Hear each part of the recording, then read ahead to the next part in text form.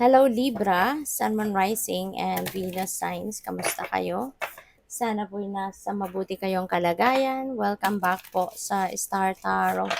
At kung bago kayo rito, welcome din po kayo. Please subscribe, like, share my videos, and leave me a comment kung naka-resonate po kayo. Thank you. So, Libra, first card ninyo ay Winter. Ayan, take care of your needs. Okay? Kasi baka ang nangyayari dito, Libra, nakakaligtaan nyo na yung mga sarili ninyong pangangailangan, lalo-lalo na yung mga pag-aalaga ninyo sa inyong sarili, kasi maaring nafo-focus na lang kayo mainly doon sa obligasyon, responsibilities ninyo sa ibang tao, at maaari din na meron kayong mga inaalagaan, ano, kunyari, yung pamilya ninyo, hands-on siguro kayo sa pag-aalaga sa mga anak ninyo, sa person ninyo, maaaring meron ka ding mga kapatid pa na inaalagaan din or magulang, ganyan. Or po pwede rin, no, na yun ang trabaho ninyo. Baka nasa caregiving industry kayo, nasa health industry kayo, kaya you are taking care of other people, 'di ba?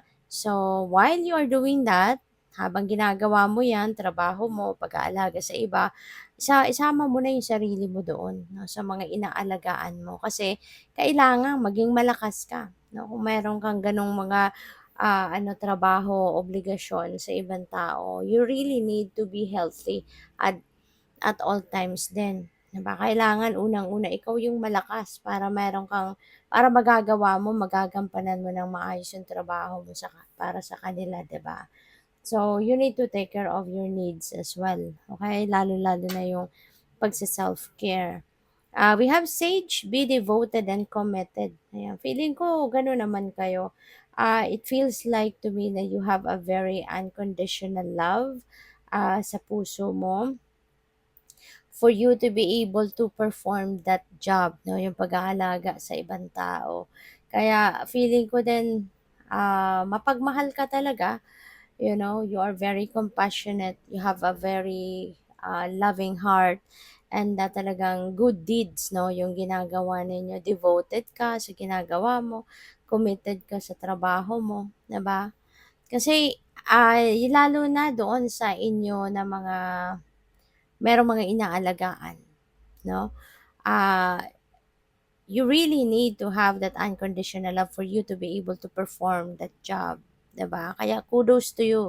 You know, kudos to you sa mga taong may ganon kasi hindi madali, no? It's not an easy job to do. It's not an easy thing to do. Kaya talaga ako, saludo ako sa inyo sa mga mayroong mga unconditional love sa inyo dyan. So we have Earth Mother. Feel loved and comforted. Siguro ang iba din sa inyo sa ngayon, baka kayo ay isang nanay na or magiging nanay na, 'di ba? O pwedeng kayo ay manganganak na, ganyan. Kaya naman, siguro ano kayo Libra sa ngayon.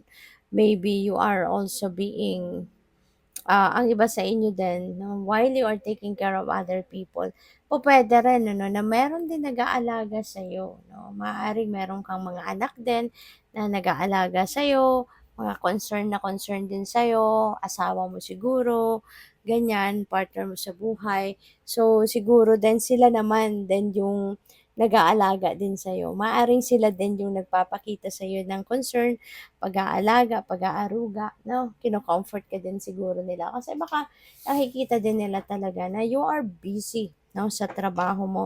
You are focused on taking care of other people. Kaya maaaring alam din nila na siguro, wala ka talagang parang hindi ka nga siguro nagkakaroon ng time talaga para, magluto, 'di ba, or pakainin ang sarili mo ng masustansya. Kaya maaring yung mga mahal mo sa buhay, kung may mga anak ka na, at mga adults na sila, baka sila na yung nag-aasikaso din sa'yo. Yung asawa mo, person mo, partner mo, gano'n, 'no? So, siguro pinapakitaan ka din nila ng, pag-aasikaso at pag-aaruga, 'no? So, yun, ang iba sa inyo baka buntis din, ano? Kaya congrats. Baka firstborn ninyo yan or kung hindi man, congrats pa rin because you are receiving a huge blessing. And Maraming salamat din, 'no, for those of you who already subscribe sa channel, at kung hindi ka pa nakakapag-subscribe, subscribe na po kayo. And also, maraming salamat din for not skipping the ads. Malaking bagay yan sa akin. And also, please click the join button sa baba ng video kung gusto po ninyo na mag-join sa membership. So, malaki nga ang inyong mission, Libra. No? Aside from taking care of other people siguro, naalagaan mo sila physically on a physical aspect, you are also serving as the beacon for others. Maaari din na ikaw ang sandalan ng mga tao. Maaring ikaw din yung source ng kanilang lakas, source of inspiration, source of motivation, 'di ba? Maaring ikaw din yung gumagabay sa maraming tao when they need some help, input, guidance. Maaring ikaw yung kanilang takbuhan. Maaring ikaw yung kanilang nilalapitan at pinaghuhugutan ng lakas. Libra, napakalaki ng inyong mission sa buhay, no? Kaya pagpapalain ka din. So what else? We have stand in your power, be passionate about your vision, bring about positive change. Okay?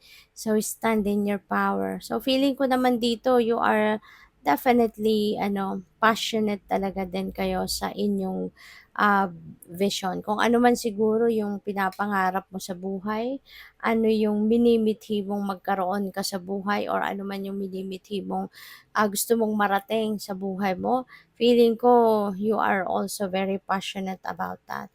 As in, ginagawa mo din ang lahat, or gagawin mo din ang lahat para marating mo ito, no?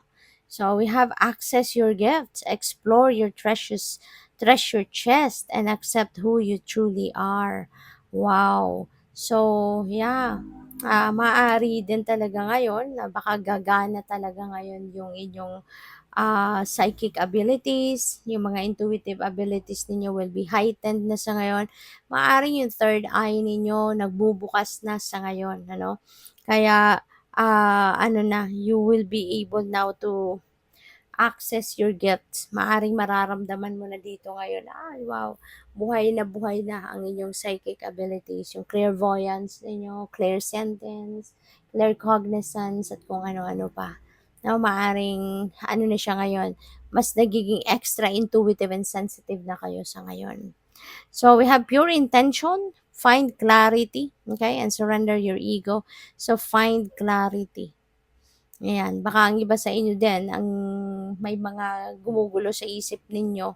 Pupuwede rin 'no, kasi minsan, kapag nagkakaroon tayo ng spiritual awakening, lalong-lalo na ngayon ang iba sa inyo nagbubukas na yung third eye ninyo, nagiging active na yung inyong mga psychic and intuitive abilities, parang naguguluhan kayo, 'no? Naguguluhan kayo na bakit ganito nararamdaman ko, bakit ganito ang nangyayari sa buhay ko, yung gano'n ba. And maybe because you are already undergoing spiritual awakening kaya naguguluhan kayo. But huwag kayong mag-alala, lagi lang kayong magdasal at magtiwala lang kayo sa plano ng divine universe para sa'yo. Kasi everything happens, 'di ba, in divine order and timing, no? Maaaring ito na yung tamang pagkakataon at tamang panahon para buhayin, no, sa puso ninyo ang inyong mga psychic gifts, okay? Because maybe it's about time na for you to embrace them, because marami ng tao ang nag-aantay para sa mga bagay na pwede mong magawa, 'di ba? Na makakatulong sa kanila. But rest assured that yung mga tanong mo sa sarili mo, may kasagutan yan. But in God's perfect time, yan dadating. Okay? Good luck. Thank you for watching. Love and light. Namaste.